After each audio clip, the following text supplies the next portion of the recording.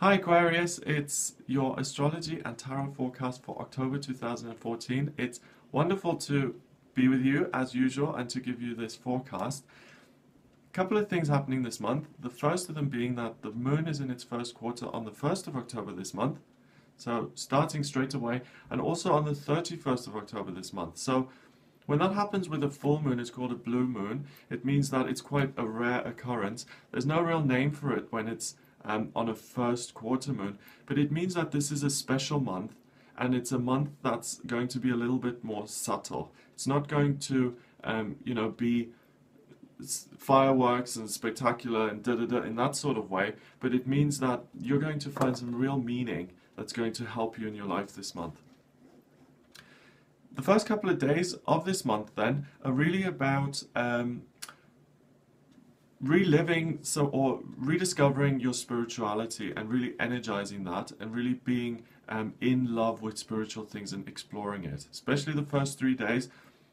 That's interesting. You can do that at the beginning and at the end of this month, and with Halloween at the end of October, it's a kind of time of the year anyway that's about community, and it's about lifting the veil and looking beyond and seeing some of those things like spirits, ghosts, the paranormal, witches, all of that stuff. You have a real interest for that and you can really explore it. Mercury goes into retrograde on the 4th, and that means that communication becomes a little bit more difficult. I've done a video on that specifically. If you're interested, have a look at that. Then on the 8th of the month, the full moon occurs, and it's not just any old full moon, it's a total lunar eclipse on the south node of the moon. And what that means is you're able to let go of something in your life. And this is exploring. You stop mind reading. You stop trying to figure out what other people are thinking about you, what they the way they perceive you, and you start to become much more interested in the way you communicate and what your message is and what you have to say, rather than how other people take it up and what they make of it. So you become much more focused on in here and much more confident within yourself. That's wonderful. The 9th and 10th is a wonderful period for you because you've got a real knack for taking that newfound confidence and relaying it into your relationships and achieving some of your hopes and dreams in your relationships. So if your romantic partner and you have been a little bit off target lately, you can bring that back. If you're single, you can approach that person that you've been interested in for a while but haven't had the confidence to speak to. And you've got a real ability to bring things round and to kind of spark those flames of passion and desire again. Mercury goes into Libra on the 11th, and that happens in your 9th house. So you may take a little bit a step back, and you may start to think about what other people think again, and you might really weigh things up and lose a little bit of that confidence, but that's just a temporary thing. And that's like taking 2 steps forward, which you did before when you got all that confident. You take a step backwards now, but that is a good thing because that's the way you learn. Success isn't a line that goes like that. It's a line that goes all over the place. And that's what you do a little bit. You learn. And you are becoming much more confident about your message. You're a teacher anyway as a sign. I mean, you love to relay info. So you find new ways of doing that this month. Fabulous. A couple of things going on between the 13th and the 15th, really. The first thing is that relationships, again, lit up, wonderful for you around the 13th, and then you become very sensitive to perfecting your working life. And you start to explore different ways of having your daily routine, or shaping your daily routine in such a way that it actually pleases you, and that you have more time to spend with your other half, with your partner, or spend it exploring your own kind of desires and needs. So I really see you making some changes to your routine or getting some insights into how you can change your routine. If you're commuting 2 hours a day and you work from 8 till 6, you start to see a glimmer of hope that you could somehow change this and get some more leisure time for yourself. That's around those 2 days. The next week really is interesting because what happens there is, again, relationship sides of things is lit up. You're very sensitive to your partner's needs, but you're also really certain about where you want to go. And I really see you, if you have been undecided about where you want your relationship to go, you get real clarity on that. If you've been hesitating around getting married or moving in together, you're not going to hesitate much longer. You're going to be energized and you're ready to explore and move forward. It's all like, I feel a real sense of pushing forward, and there's no room for hesitation here. It's a real nice development.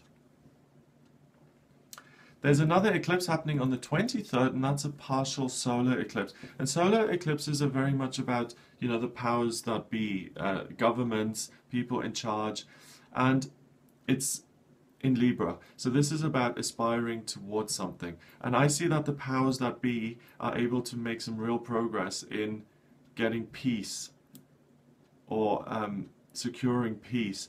And because it's a kind of crescent and it reminds me of the Islamic crescent, I see that they make some progress, please God, finally in the Middle East, in that area of the world where it's so desperately needed at the moment. So that's what solar eclipses are really about. They black things out to kind of, it's almost like a Control-Alt-Delete reset button. And Libra is balance, it's justice, it's harmony, it's relationships between people. So hopefully this will create a period of more peace and things quietening down in that area. Venus goes into Scorpio on the 24th, and for you, you feel intensely connected to your work and you feel really, really focused, and you can make some real headway there. That continues for the next day or two, and then Mars, you start to connect to your work in such a way that it's a spiritual practice.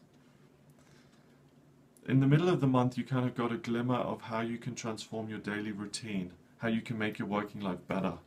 Now you really perfect that, and you have made those changes, and you're able to see how your work is part of what you're here to do. So it's a connection between your work, not just as a job to pay the bills, but as an expression of your life purpose. It's what you're here to do on this planet. Okay, the final couple of days of the month, ending with Halloween, are really shaped by the connection between some dreams and disappointments in your financial life that are now overcome with this new focus and purpose that you have in your work, and that you're really able to overcome. So debts or disappointments or dreams that have not been realized get a kind of new surge of energy, and you're able to revisit those and really make something positive happen. So I see a really strong development in that area of your chart this month. Okay, so I'm going to draw a tarot card to give you an overall theme for this month. Let's have a look. Oh, wonderful. And I get the Sun. And the Sun is about enlightenment, it's about having energy, it's about really being warmed up and feeling energized by, and really applying yourself to something, and really having the strength and the power to do that. And I really see that you're able to transform your working life this month into something that pleases you.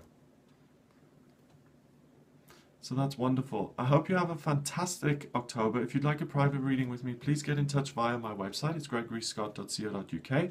Have a look at the readings tab there for the types of readings that I offer. You can find me on Facebook, facebook.com/GregoryScott444.